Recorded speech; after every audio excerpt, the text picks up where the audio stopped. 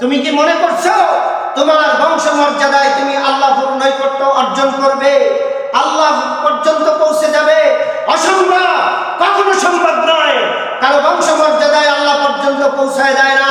তার আমল, নেক আমল আর আল্লাহ রাসূলের দিক নির্দেশনা রিসিভ করার কারণেই আল্লাহ পর্যন্ত পৌঁছায় দেয়।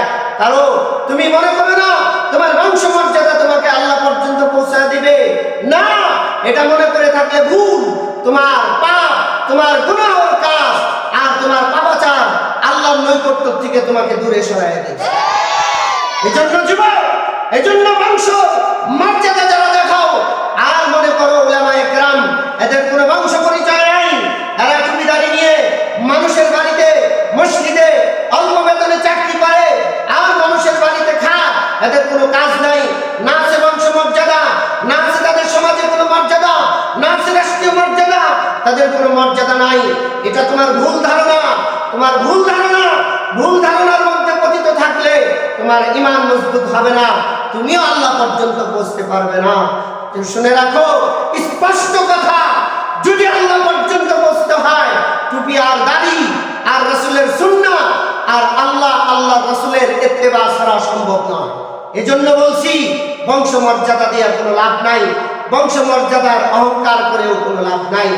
মান বাত্তা বিহি আমালুহু লাম ইসরি বিহি নাসাবুহু। আল্লাহ তাআলা কারো বংশ মর্যাদা দেখবেন না, আল্লাহ তাআলা কারো ধনাত্মতা দেখবেন না, আল্লাহ তাআলা দেখবেন দিলের হালত, আল্লাহ তাআলা দেখবেন আমলের হালত। দিল ভালো, আমল ভালো। আখলিস দীনাকা ইয়াকফিকাল আমালুল কলিল। তোমার আমল অল্প, তোমার দিল, তোমার ইখলাস ছিল, তোমার ঈমান খাঁটি ছিল, অল্প আমল তোমাকে আল্লাহ পর্যন্ত পৌঁছায় দেবে।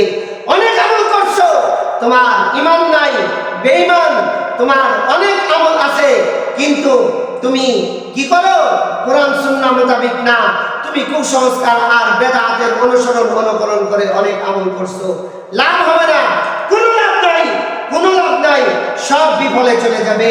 এজন্য বলবো দিনদার, পরেজগার, মুত্তাকি যারা, তাদের অনুসরণে আসো। তারা কি বলে শুনো, উম্মতের উলামায়ে কেরাম কি বলে শুনো।